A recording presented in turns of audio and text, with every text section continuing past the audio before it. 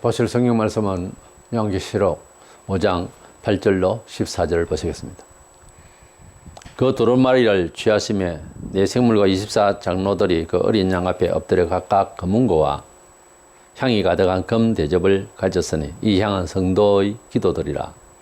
12절 큰 음성으로 이르되 죽임을 당하신 어린 양은 능력과 부와 지혜와 힘과 존귀와 영광과 찬송을 받으시기 합당하도다 하더라. 내가 또 들으니 하늘 위에와 땅 위에와 땅 아래와 바다 위에와 또 그 가운데 모든 피조물이 이르되 보좌에 앉으신 이와 어린 양에게 찬송과 존귀와 영광과 권능을 세세토록 돌릴지어다 하니 네 생물이 이르되 아멘하고 장로들은 엎드려 경배하더라. 아멘. 사도 요한이 천상에 올라서 천상교회를 보게 되었습니다. 이때 예배하는 그런 찬송하는 장면을 보고 그려뒀는데 천상교회의 찬양이라는 중심으로서 말씀을 살펴보겠습니다. 먼저 천상교회 그 예배 장면에서 기도가 있었다고 하는 것, 기도가 중심이었다는 것을 알 수 있습니다. 예배는 성령으로 영이신 하나님께 진리 가운데서 드린다, 그렇게 정의될 수 있습니다. 여기에서 예배를 드린다고 하나님과 소통하며 하나님께 무엇을 마음을 드리고 또 감사의 표현을 하고 하는 예배의 근본 중심에는 기도가 필요합니다. 그러니까 예배 형식 이전에 기도를 먼저 준비해야 된다는 거죠. 엄격히 말해서 하나님께 기도할 수 있는 사람이 아니면 예배를 하는 것이 아니라는 거죠. 참여하고 그 끼어드는 것 뿐이지 중생한 자가 성령으로 하나님 앞에 기도하는 자가 예배할 수 있어요. 설교를 듣는 식의 참여도 있고요. 정말 하나님 앞에 구약의 제사를 드리듯이 예배를 드리는 사람이 있다 이 말이에요. 예배를 드리는 것은 하나님 앞에 기도로 영성이 소통하고 할 수 있어야 되는 겁니다. 그러니까 중생하지 못한 사람은 예배를 한다고 할 수는 없어요. 예배에 참여한다 이렇게는 말할 수는 있겠죠. 물론 구약시대 때는 이방인이 남 제사 드리는데 끼어들 수는 없지만 신약에는 그렇지는 않죠. 영적으로 하나님 앞에 예배 드리니까 육신적으로는 와 있을 수가 있는 것입니다. 본문 8절에 그 두루마리를 취하시며 네 생물과 24장로들이 그 어린 양 앞에 엎드려 각각 검은고와 향이 가득한 금대접을 가졌으니 이 향은 성도의 기도들이라고 그랬습니다. 검은고는 악기죠. 이것은 하나님 앞에 성도들이 찬양을 한다는 것이고 하나님께 간절히 이제 찬양을 드리면서 또 향은 하나님 앞에 기도하는 향은 태워서 향기를 내는 건데 이것은 영적으로 하나님 앞에 마음을 태워서 주께 기도하는 그것을 뜻합니다. 시편 141편 2절에 나의 기도가 주의 앞에 분향함과 같이 되며 나의 손 드는 것이 저녁 제사같이 되게 하소서. 하나님 앞에 기도할 때에 분향하듯이 구약 시대에 향을 하나님께 드리듯이 그렇게 신약에도 기도로 하나님 앞에 간절히 마음을 드리는 것이 매우 중요합니다. 때문에 예배를 드리고 난 뒤에 기도를 더 할 수 있고 또 기도를 하자 그러고 통성기도 합시다 그러고 예배 마무리하기 전에 그렇게들 하는데 사실은 예배 전에 통성기도를 해야 되고 예배 전에 기도를 더 많이 해야 됩니다.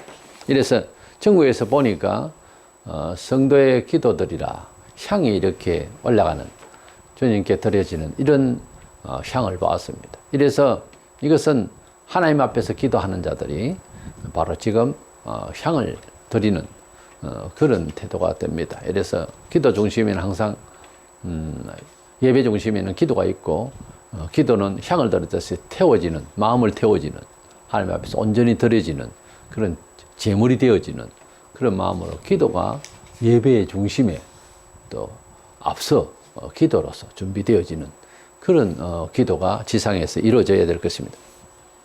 그 다음에 두 번째는 찬양을 하나님께 드리는 내용이 나오는데 이 찬양은 요한이 표현을 하기를 새 노래라 그랬어요.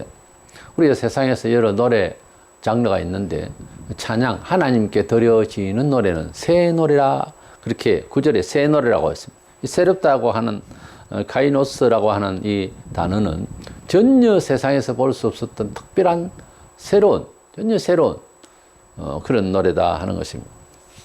그래서 다른 노래, 다른 장르, 어떤 새로운 곡 이것이 아니고 질이 다르다는 거예요. 더 이상 또 그런 노래가 없는 그런 새로운 노래다. 가령 고린도서 5장 17절에 보라 새 것이 되었도다 할 때 그때 카이노스가 나옵니다. 헬라어로. 히브리 8장 13절에 보면 예수께서 오셔서 우리 죄를 위하여 제물이 되셨기 때문에 이제는 제사 드리는 것은 폐지하고 예수님을 믿음으로 구원받는다는 것은 새로운 언약이라 할 때 이 새롭다는 말이 카이노스로 설명하고 있어요. 그러니까 대략 알겠죠? 하나님께서 우리에게 전혀 새로운 구원의 방도를, 새로운 지혜를, 새로운 인생관을 전부 이 새로운 것은 바로 하나님께 드려지는 하나님이 받으실 만한 것을 새롭다 할 때 카이노스라는 단어를 써요. 그래서 사도 요한이 그 노래를 들었는데 세상에 어디서 들어본 적 혹은 다른 장르 이런 뜻이 아니고 완전히 다른 노래를 하나님께 드리더라 하는 것입니다. 11절이라는 번은 천사들도 하나님 찬양하고 13절은 피조물들이 하나님께 찬양하고 모든 것이 하나님 앞에 찬양하고 있다는 겁니다. 하나님의 나라는 이렇게 찬양이 울려 퍼지고 이 찬양은 사실은 하나님께 감사하는 곡조 붙인 기도요, 고백이요, 삶의 뜻을 전달하는 곡에 맞춰서 부르는 것인데 이래서 하나님께 새로운 찬양을 하고 있는데 만물들도 찬양하더라. 그래서 역대상 16장 33절에 삼림의 나무들이 여호와 앞에서 즐거이 노래하리니 그런 말씀이 나옵니다. 우리가 삼림, 이 나무들이 어떻게 하나님 찬양할까? 저는 잠시 경험을 한 적이 있는데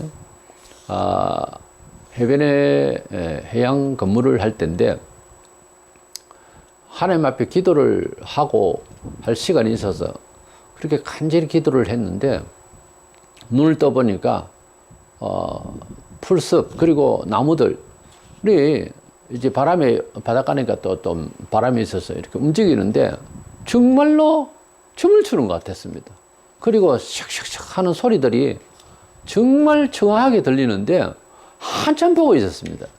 이래서 성경 읽은 내용이 그대로 이게 그냥 시적 표현이 아니고 실제로 그렇구나 하는 생각이 들었습니다.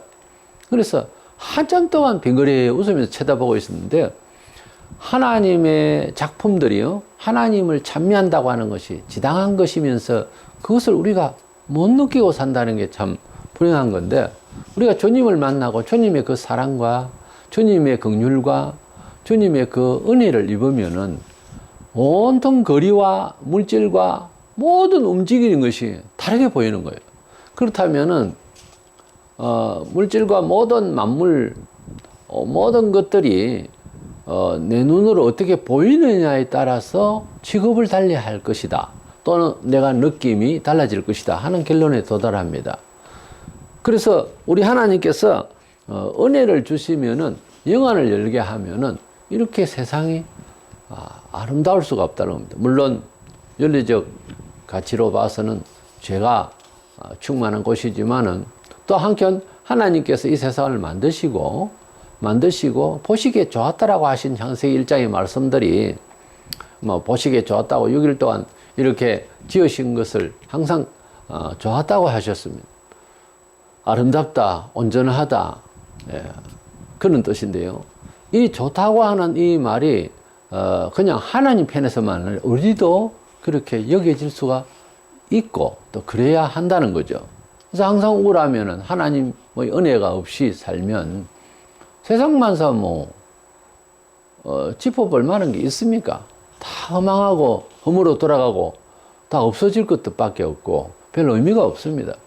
그런데 새소리 또는 나무들 그리고 잎들, 바람 이렇게 흔들린 모든 것들은 다 춤추는 것이요 음악이요 그렇게 보일 수가 있다는 거죠.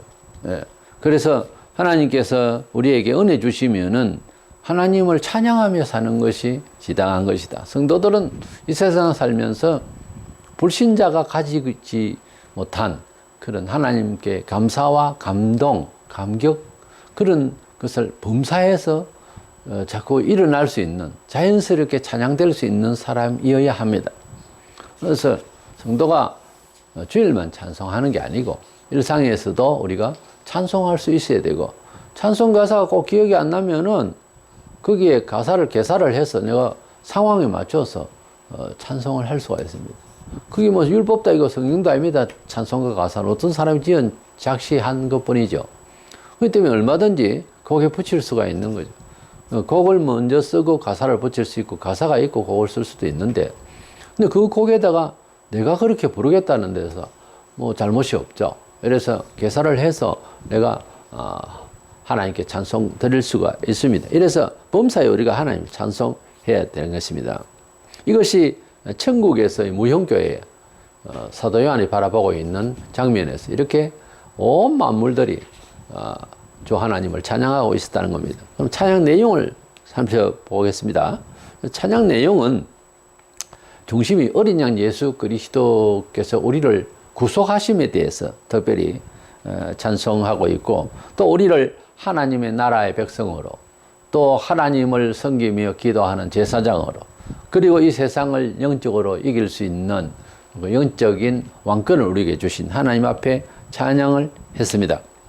본문 10절에 보면 그들로 우리 하나님 앞에서 나라와 제사장들을 삼으셨으니 그들이 땅에서 왕노를 하리로다 하더라. 여기 24장로들이 말하고 있는데, 휴거론 자들이 4장 1, 2절에서 공중으로 다 교회가 휴거했다. 그래서 24장로들은 휴거한 교회다. 이렇게 말을 하는 사람은 이 본문에서 천상교회에서 사도 요한이 볼 때에 24장로들이 하는 말이 10절에 그들로 우리 하나님 앞에서 나라와 제사장들을 삼으셨다. 그들은 누구예요? 지상에 있는 교회를 말해요.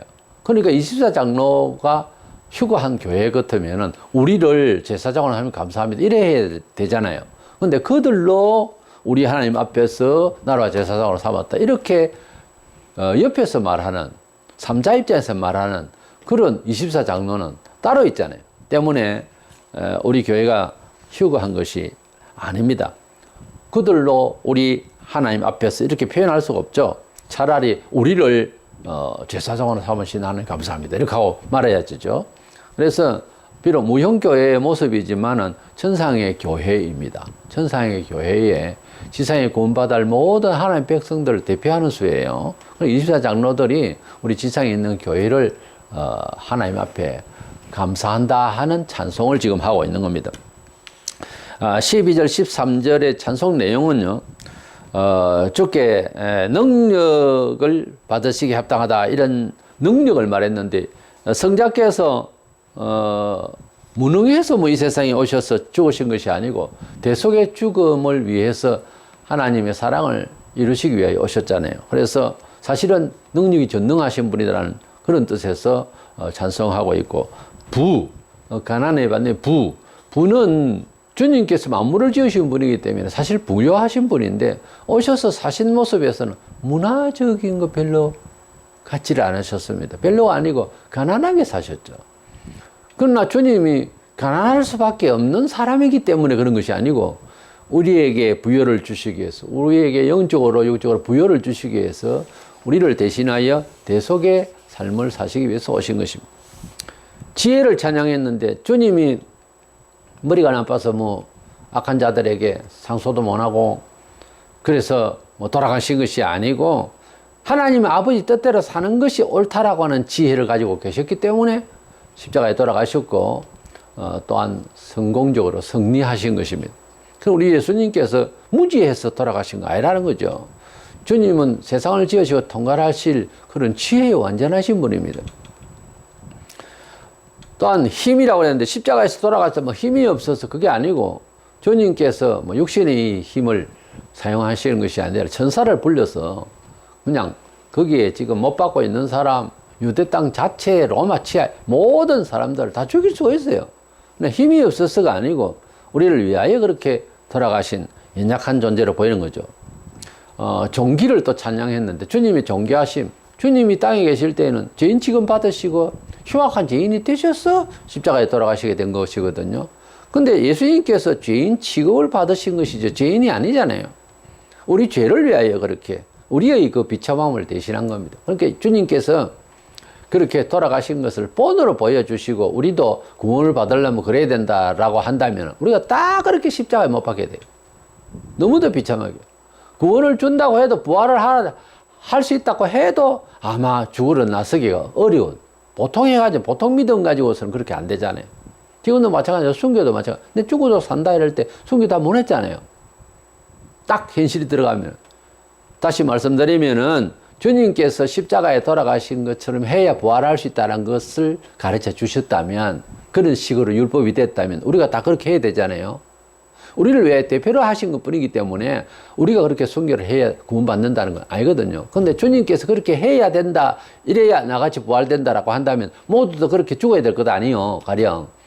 그런데 부활을 할 수 있다라고 하는 것을 믿으라, 그리고 죽으라 라고 하는 말을 안 믿는단 말이에요.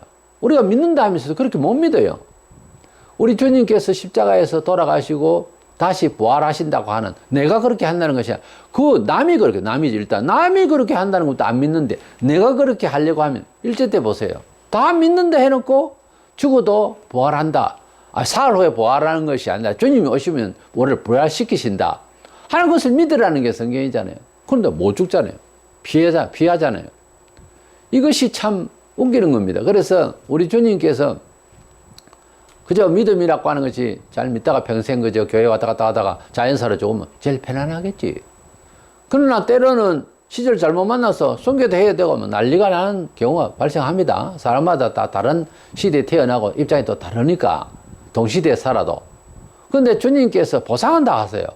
고난 중에 사는 사람은 고난 중에 이기면 또 상이 더 클 것이고, 그저 편안하게 좋아서 맨 그렇게 구하면 아무 상이 없지 뭐. 그건 나중에 사실 후회해요. 조금 더 노력하고 조금 더 충성하다가 천국에 올 걸. 그렇게 할 수가 있다는 거지. 그렇기 때문에 사실은 다 공평해요. 인생은 마치고 난 뒤에 평가를 받기 때문에 사람은 다 죽는 것이고 그 후에는 심판이 있다. 다른 말은 평가가 있는 거예요. 그랬을 때 환경이 어떻고 하는 것은 아무 이유가 안 됩니다. 그런 환경에서 오히려 상을 받을 수 있고요. 내가 선교를 괜히 했네? 아니에요. 선교 안 해도 지상에서 얼마든지 충성할 수 있었던 사람이에요. 그 정신 같으면은. 그러니까 편안하게 사는 사람이 선교에서 나도 구원받을 걸. 안 됩니다, 그 사람은. 마음 먹기를 상을 못 받을 짓을 하고 생각을 하는데 어떡해. 이래서 주님께서, 존귀하게 되신 것은 우리 위하여서 죄인 취급받으시고 우리 위하여서 그렇게 비참하게 되신 것이지, 주님은 원래 성자 하나님으로서 존귀하신 분이시죠. 그리고 영광은 주님이 지상에 계실 때 우리를 대신에 저주를 받으셨는데, 성자 예수께서는 영화로운 분이십니다. 그래서 존귀하고 영광을 늘 받고 계셔야 되는데 땅에서 저주를 받았어요. 우리가 자기 편리를 실력껏 살 수 있지만은 실력껏 일을 해서 그걸 나누는 사람이 있는가 하면은, 조금 나누는 사람이 있는가 하면 하나도 안 나누는 삶을 살다 가는 인생이 될 수가 있는 겁니다. 그것은 간단하잖아요. 내가 그러고 있는지 안 있는지만 반성해 보면 되잖아요. 그리고 우리 주님께서는 온전히 모든 사람을 위하여, 믿는 자를 위하여서 희생을 하신 거예요. 그러니까 모든 사람들로부터 영광을 받으시는 거예요. 영광을 받으시기에 충분히 족하신, 영광을 받으시기에 너무 합당하신 예수님이시다는 거죠. 찬송을 받으시기에 합당하더라도 찬송은 하나님이 받으신다라고 되어 있어요. 찬송 받으시기에 합당하신 분이 하나님인데, 예수님이 찬송을 받으시기에 합당하다 할 때는 성부 하나님과 동질적으로 동일하시다는 거죠. 예수님은 찬송을 받으시기에 합당하다 할 때는 하나님이다, 그 말입니다. 그래서 우리 예수님은 저주의 소리를 들을 것이 아니라 찬양을 받으셔야 할 분이었는데, 세상에서 가진 욕과 저주의 소리를 들으셨습니다. 그래서 우리 주님은 천상에서 보니까 찬송 받으시기에 합당하신, 찬송은 하나님이 받으신다고 그랬어요. 사람이 받으면 안 돼요. 그래서 우리 예수님은 사람 성자, 사람 인격적으로 성인, 그런 차원이 아니고 하나님이 차원이다. 성자 하나님이시다. 그래서 찬송을 받으시기에 합당하시다. 찬송 가사를 4장 11절에서 생물들이 영광과 존귀와 그렇게 찬송하고 능력으로 찬양을 했는데요. 이어서 이 5장 12절에 보면 천사들은 24장로들이 그 찬송으로 가사가 끝이 났는데 그 찬송 끝 가사를 받아서 찬송 끝의 그 능력으로 마쳤는데 그 능력을 이어받아서 찬송합니다 하고 찬송 가사로 마치고요. 만물들은 그 마지막 가사인 찬송으로 시작해서 능력으로 마치는, 그러니까 바톤을 이어받아서 그래서 찬송을 하는데요. 하나님 앞에서 이렇게 내 생물들이 찬송을 하고 영광으로부터 찬송을 하고 능력이라는 가사로 찬송을 마치고 나니까 그 천사들이 또 많은 천사들이 24장로들의 찬송 그런 찬송의 그 가사 끝을 이어서 또 찬송하고 만물들은 만물들대로 또 이제 천사들의 찬송 그 가사 끝을 이어받아서 또 시작해 가지고서 능력으로 마치는 이런 찬양을 계속하고 있습니다. 이래서 매 생물들은 이 찬송에 화답을 하면서 아멘, 그리고 교회는 24장로들이 이제 경배를 하게 되는 이런 내용을 말해 주고 있습니다. 그래서 찬송을 이제 온전히 연결되어지는 가사로 쭉 가는 것은 그것은 한 마음으로 하나님 앞에 이렇게 찬송을 드린다는 뜻이죠. 천국에서는 모두가 다 동일한 마음으로 찬양을 이렇게 연결해서 하나님 앞에 한 찬송가로 이렇게 쭉 드리고 그 가사의 내용들이 주님을 높이게 되는 이런 가사들로만 이제 연결이 되어 있고요. 그리고 교회를 대표하는 24장로들은 경배를 하더라 했습니다. 이래서 예배의 모습이 기도가 있었고 주님을 찬양하는 게 있었고 이제 경배가 있었습니다. 우리가 하나님 앞에서 살아가는 모든 삶의 태도가 예배적 중심의 태도이다 하는 말을 써요. 우리가 하나님 앞에서 이 세상을 살아가는데 자고 깨고 일하고 식사 때도 그렇고 모든 삶의 내용에 있어서 하나님 앞에 기도하는 마음으로 임하고 또 기도로 마치고 또 하나님을 찬양하는 마음으로 감사하는 마음으로 영광을 돌리는 마음으로 일에 임하고 우리의 활동이 있어야 되겠고 그리고 예수 그리스도께서 우리를 위하여서 대속의 죽음을 죽으신 것이 가장 중심적으로 우리에게 감사의 내용이 중심이 되어야 될 것입니다. 이래서 천국에서 천사들의 찬송, 24장로의 그리고 내 생물의 이런 주님을 중심으로 해서 찬양하고 예배하는 모습을 보게 됐는데 전상에 예배 시간대가 돼가지고 본 것이냐?